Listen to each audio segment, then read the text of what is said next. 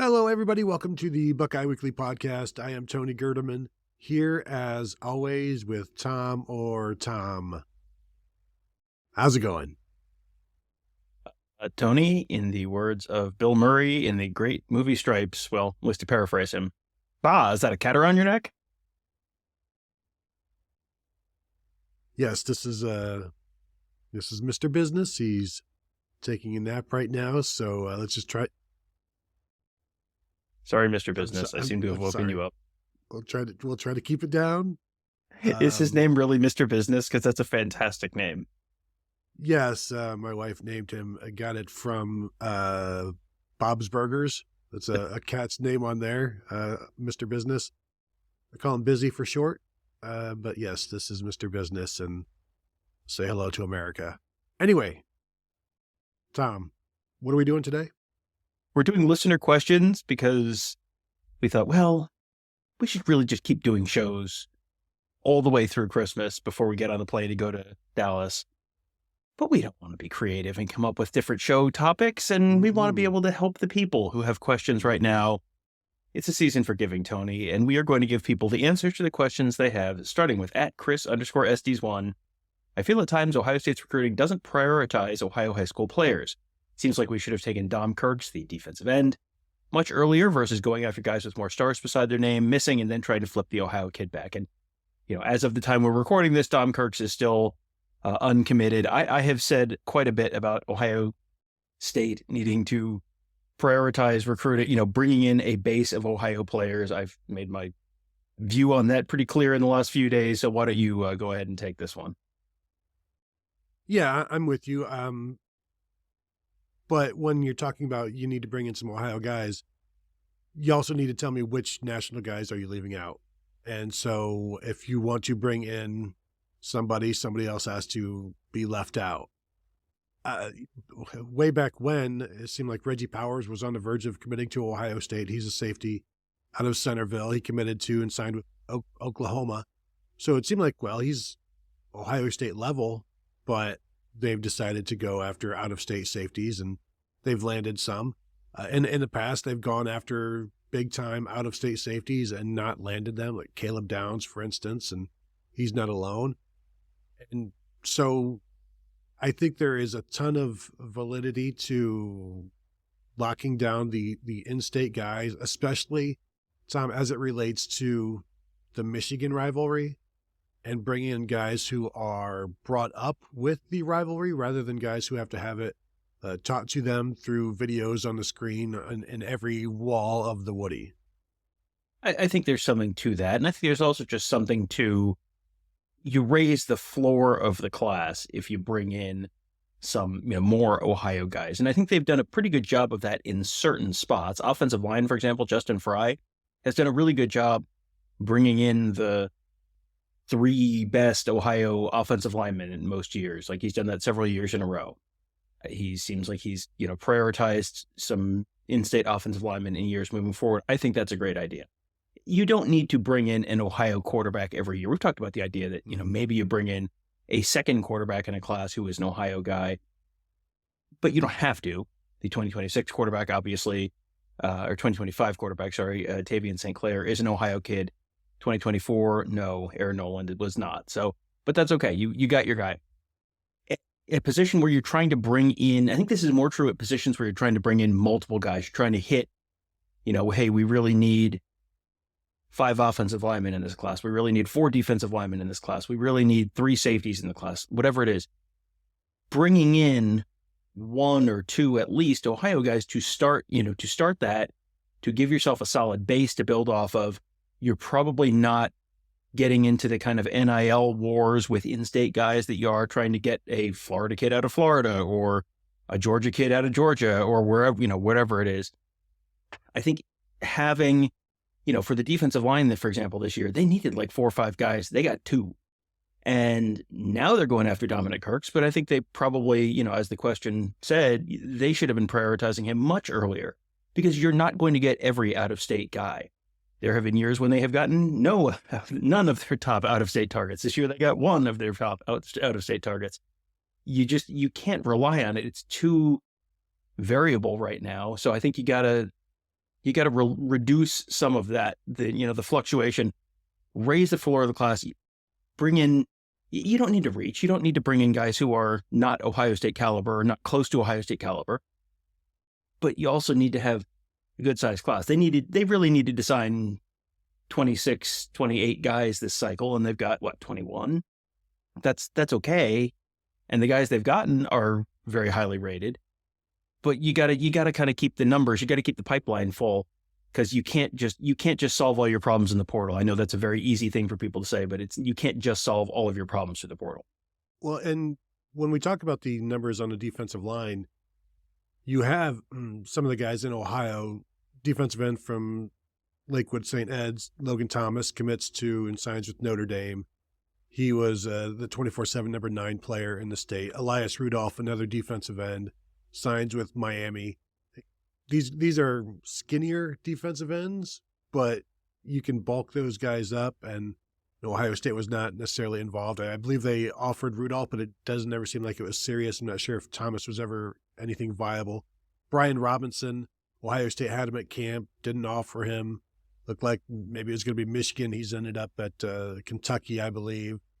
And then that leaves Dominic Kirks, that we talked about pretty early on signing day, when his letter of intent never came in. So there are bodies, and not just bodies. It's almost insulting to say bodies. There are prospects worth keeping in Ohio for Ohio State. And I'm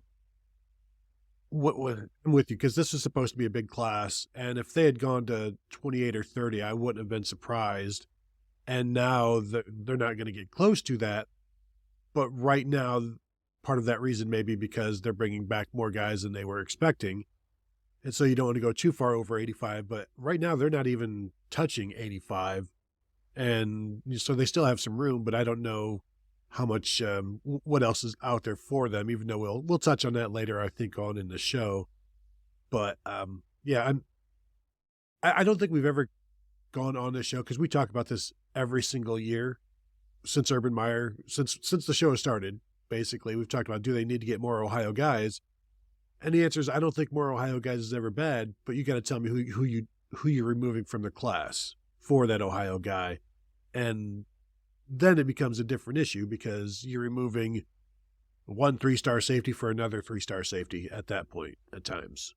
Well, I think that's a valid criticism a lot of years. I don't think that's a valid criticism this year, because they're at 21 in the class. They're at 82 or 83 in terms of overall, and I don't want to spoil it, but there are probably going to be guys who transfer after the spring, because there are always guys who transfer after the spring.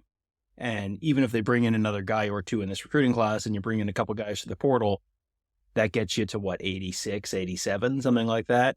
You're going to lose more than 2 guys in the portal after the spring, because you always lose more than 2 guys in the portal after the spring. So the numbers, you don't have to hit your number until August. That's when you have to worry about it. You're so far from, you can't plan your numbers now, because there's so many things where, how many guys are going to turn pro this year?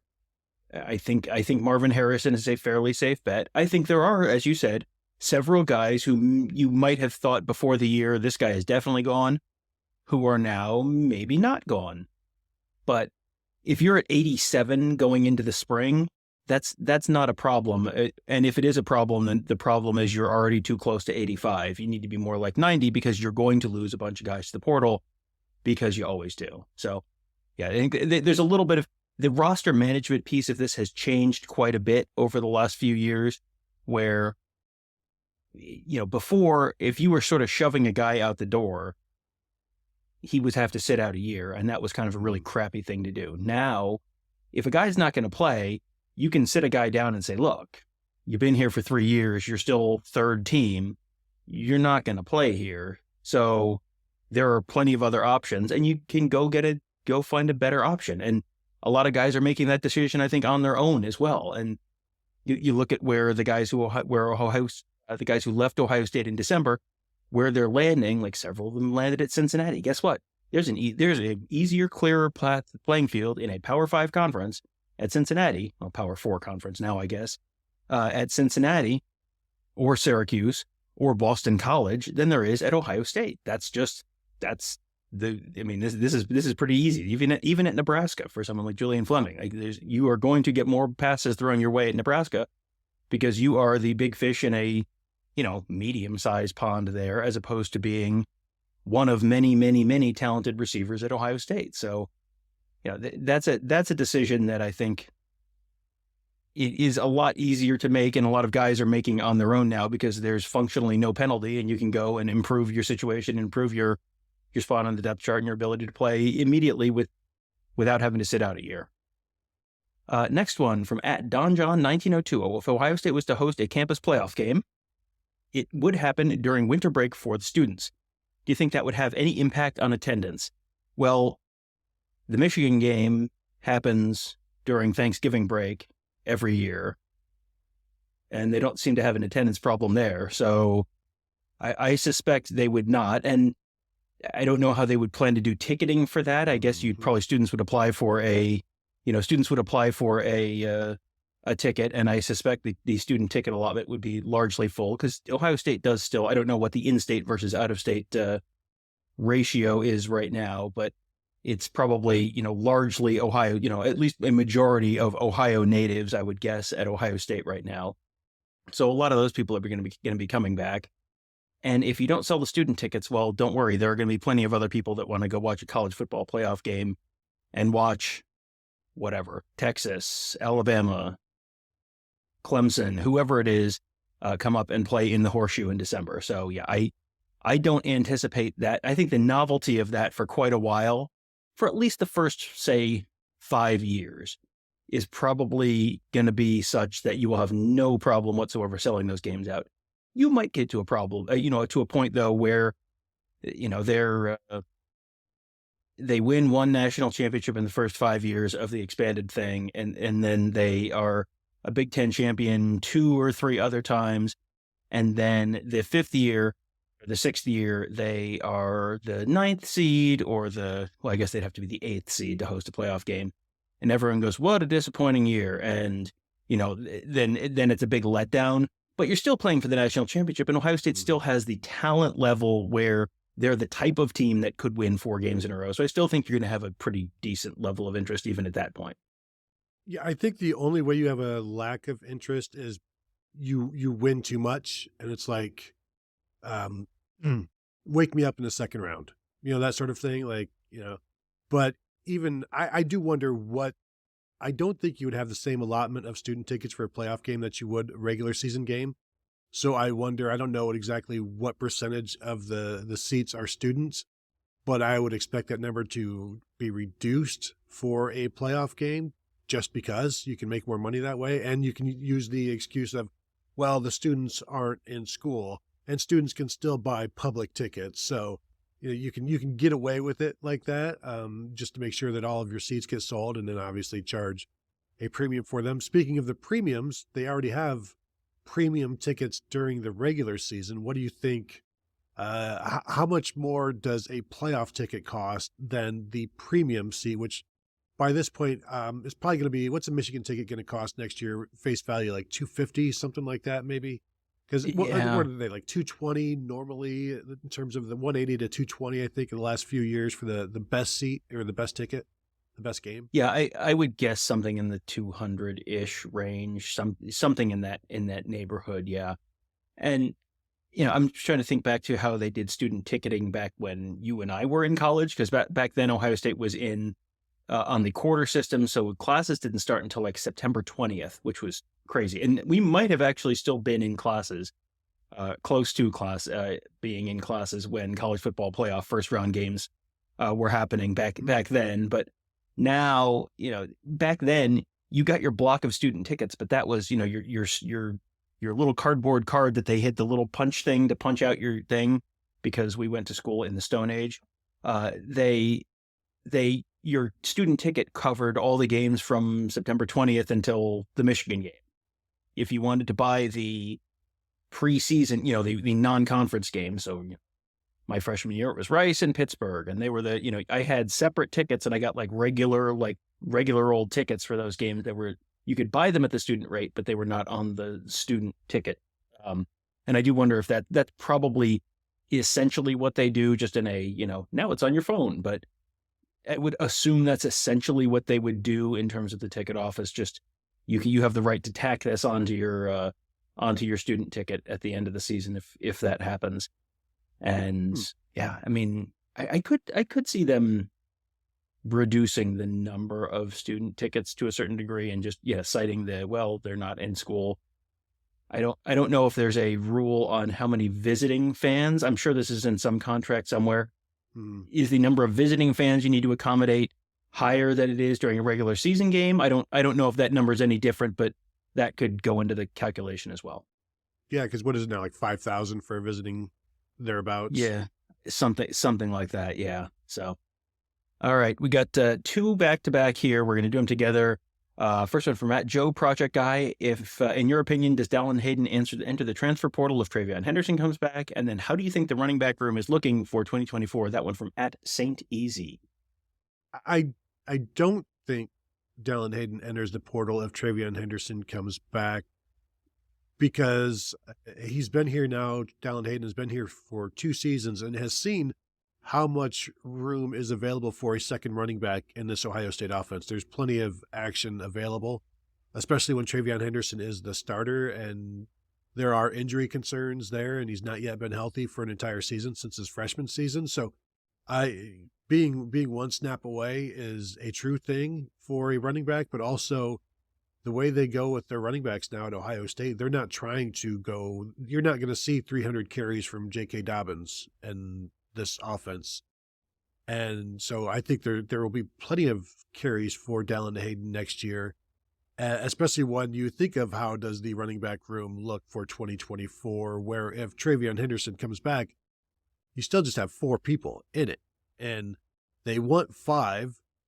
You don't need a 5th until you need a 5th. And the injury, you've got, if TreVeyon Henderson comes back, you have Henderson, you have Hayden, you have 2 guys you know nothing about in true freshmen, James Peoples and Sam Williams-Dixon. Now, I say you know nothing about them. You know about them, but as Ryan Day says, you don't know exactly what you have until you get them on the field, and you get them in practice, you get them in games.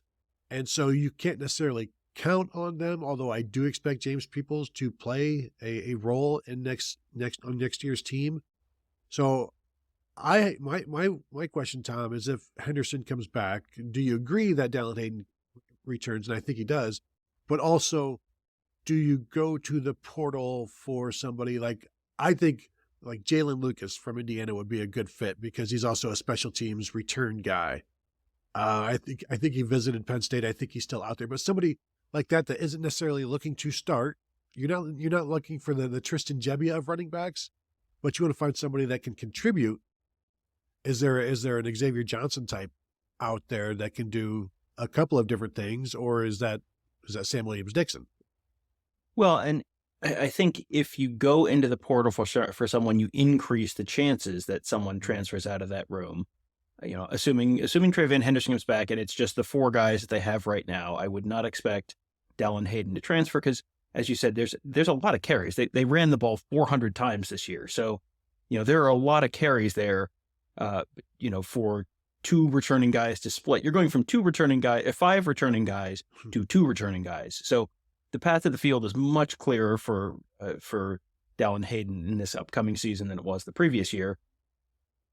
I don't know that I'm looking for a Jalen Lucas type. Am I looking more for a Chip Trayanum type, where there's a certain role you're looking to fill? I mean, yeah, kick returner is definitely a role that they will need to fill, in that they haven't really filled it for the last few years because they've just sort of not done that. But if, on the offensive side of the ball, do I want the big dude who's going to be able to run between the tackles and be a powerful blocker and almost be like you can be the fullback in a 2-back kind of role, rather than another guy who's sort of in that mold, in the same basic mold of Hayden and Henderson, and, Sam Williams-Dixon is not a real big dude. And I obviously have not seen him or James Peoples yet. And I know they're very high end Peoples, but it feels like maybe if you're more filling a role than just throwing another body in that room. Yeah, it has to be the right, they always say it has to be the right fit, but also, what are you looking for that? And they've tried to go about replacing Mitch Rossi, the most difficult man in the world to replace, Mitch Rossi, and they did it a little bit with Chip Trayanum and even Mayan Williams to some extent in terms of a blocking back. But if they're going to continue to run two backs, I mean, that makes it even better for Dallan Hayden's playing time, because I don't think they're going to get away from that, provided those two, be it TreVeyon Henderson and Dallan Hayden, are able to do the blocking in that. But it will be interesting to see if they go out and pursue anybody, because it's going to be a niche role. Like, this is what we're going to ask you to do. Do you want to do it? And we have clips of other guys doing it, and we can show you, like, we'll get them involved here and there, but don't expect like 7 carries or 7 touches a game or anything like that. And if you want to win some games, if you want to, whatever, I don't know how many guys out there. I have not looked at the running back transfer portal list to see like who would fit that recently. But yeah, I would be in favor of that in terms of the bigger guy, because while the idea of a kick returner, and I say Jalen Lucas, and the idea of a return game, maybe the return game gets refocused on next season, but I will believe that when I see it. Well, and I think you can bring in a 250-pound, spiritual successor to Nikki Sualua without shaking up the room, because you can, if you're talking to Dallan Hayden, you can go like, this dude is very obviously not playing the same role that you are. So, you bring in a 240-pound dude with a neck roll or whatever, and that has a role, that has a spot on the team, but that's not going to take carries away from any of the guys who are there. And it's a role that the guys who are there can't really totally fill. I mean, in case you were wondering if they had felt they had a running back who could do that on the roster this year, in the goal line a bunch this year, they put a defensive end in there. Caden Curry was playing fullback in a bunch of spots. So, like, very clearly that is not a role that they feel they totally have on the roster. And, the guy who probably filled it best, Chip Trayanum, is now playing for Kentucky. So it feels to me like that's, if you're going to pursue someone, that's where you go. But they very well may not do that. And, what was the old line? You need a pair and a spare. Well, they certainly have a pair and a spare with Henderson and Hayden. And, it certainly sounds like they feel like Peoples is, ready-ish, and we'll see what kind of role Sam Williams-Dixon is. Sam Williams-Dixon may be more of the Xavier Johnson kind of role. We'll see. He's still a little bit of a question mark in terms of where exactly he fits, but he might be that kind of guy on this offense moving forward. So next one from @William McMillan: does Ohio State ever sign special teams players on signing day? Why didn't we have kickers and returners, assuming someone on staff decides we will return kicks, every other year?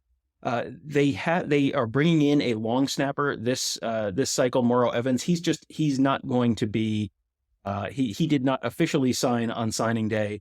I think he's either gray shirting or is like signing later. So they did bring in a specialist this year. He will be signing with the Buckeyes eventually, but did not officially sign on early signing day.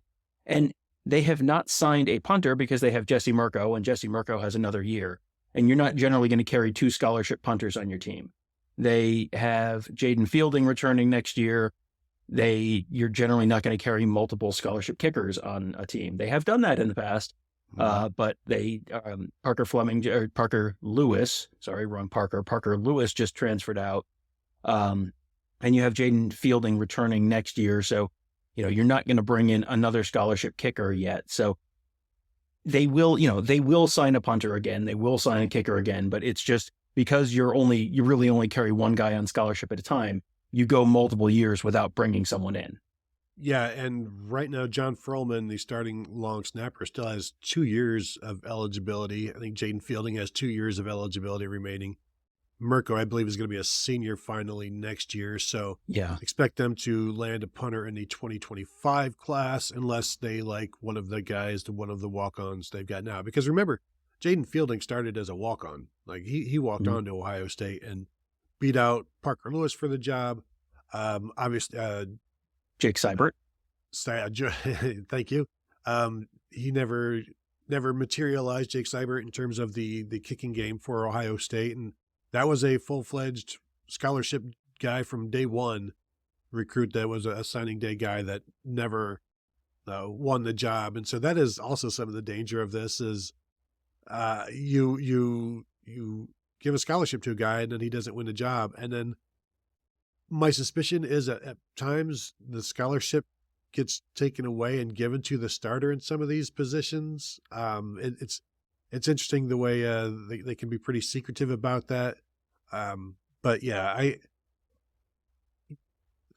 there was the Aaron Petrie and Ryan Pretorius back in the Tressel era when you had two kickers. Meyer even had two kickers for a while because Sean Nurnberger would lose the job and a transfer would come in and win it. So you've had that. I think there might have been a time where there was two long snappers as well. And I remember when Jim Tressel signed Bryce Haynes to a scholarship, and that kind of created an uproar. Like, what are you doing wasting a scholarship on a long snapper? And then redshirting him and tying some stuff up. But Tressel always saved a couple of scholarships for walk-ons anyway. So he was fine with 80, I think, back then.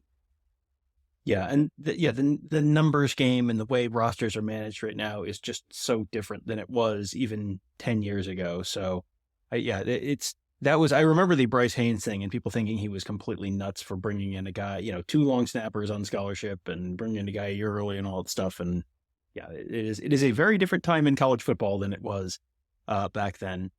This next one, Tony, from @MattMoo123456. Hey, that's a combination on my luggage. Would you take a player in the transfer portal who flipped you off a year earlier? Is this a story that I am not remembering? Is this someone literally flipping someone off, or is this just a guy who decided to go with someone else and then entered the transfer portal and then you have a second swing at him? Yeah, I was wondering the same thing. And if I Google real quickly, recruit flips off, whatever, and it's just, oh no, it's just Nick Saban pulling off some flips of his own. No, I don't know. And I was wondering that same thing. Is this a real thing, or is this just, hey, hypothetically? And I would say, well, what position on the defensive line does he play? And, how good is he as a left tackle? Those are the questions. And can he throw the football over them mountains? And really, what did I do to deserve? Did I cause being flipped off? If it's my fault, then certainly. Like, did I offend somebody? Did I say something I shouldn't have? Did I deserve it? Yes. Depending on how good the player is, you can flip off anybody in my family. My follow-up question was, when have I ever done anything wrong? When has anything ever been my fault? I can't think of a single time. I think the instructive thing here is that you now hear about coaches working to maintain relationships during the recruiting process with guys they know they're not going to sign. And sometimes this is guys at lower levels, group of 5 coaches trying to maintain relationships with people they know are going to a Power 5 school, just because then if the guy's in the portal in 12 to 24 to 36 months, well, you already sort of have that relationship and you're trying to maintain that relationship with guys who may have gone somewhere else. That's probably the same thing with guys for Ohio State. Because, look at some of the guys they've brought in. They brought in 2 different guys from Ole Miss last year who Ohio State was recruiting, who chose to go to Ole Miss, and then who Ohio State brought in a year or 2 later. That's Tywone Malone and Davison Igbinosun. And both of those guys have been positive additions to the team. Davison Igbinosun, obviously starter this year, and Tywone Malone, a quality backup as an interior defensive lineman who they're going to be looking at as potentially taking a bigger role this upcoming year, depending on what some other guys do. So I think that's probably the most easy, direct answer for you there is, yeah, they've already done it and they will probably continue to do it. I think, they were in on Justin Fields to a certain extent when Justin Fields was a recruit, and then he ended up at Ohio State anyway after going to Georgia. So, as Tony said, if they, I don't think you want to really burn those bridges when you're, a recruit. I wouldn't literally flip someone off. I wouldn't, make a bunch of comments on my signing day about how, well, all the other teams that recruited me are garbage and their coaches are terrible. But if you just kind of, you sign, it is a business decision for a lot of people. And if you sign and you choose a different place and then you go back in the portal, you're obviously sort of acknowledging, hey, this maybe wasn't the right decision. I'd like to revisit my decision. And Ohio State has demonstrated in the past several times that they are willing to sort of let bygones be bygones there. I just wish coaches would be honest and say, like, when Jordan Marshall announces his commitment to Michigan on Twitter, Tony Alford quote tweets it and is like, "We dodged a bullet," something like that. Just coaches should act like fans every now and again, just to let the people know that they're real and they have feelings as well. Go ahead and say, "Ooh, that was a close call. Dodged that one. We didn't want him. GPA wasn't good enough." Things like that. It was not a cultural fit. Just wanted a bag, something like that. Just if coaches start quote tweeting players that get away, I think the world would be a better place.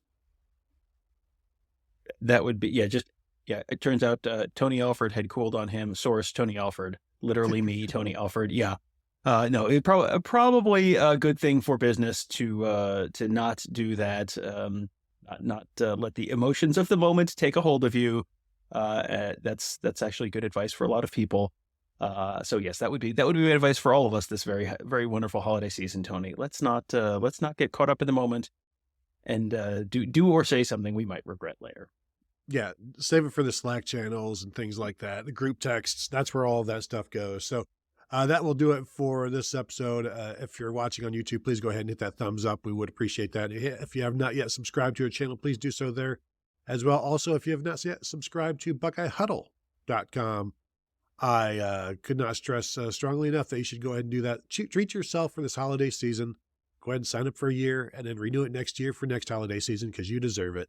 So that will do it. We want to thank you for tuning in, and we will talk to you guys later.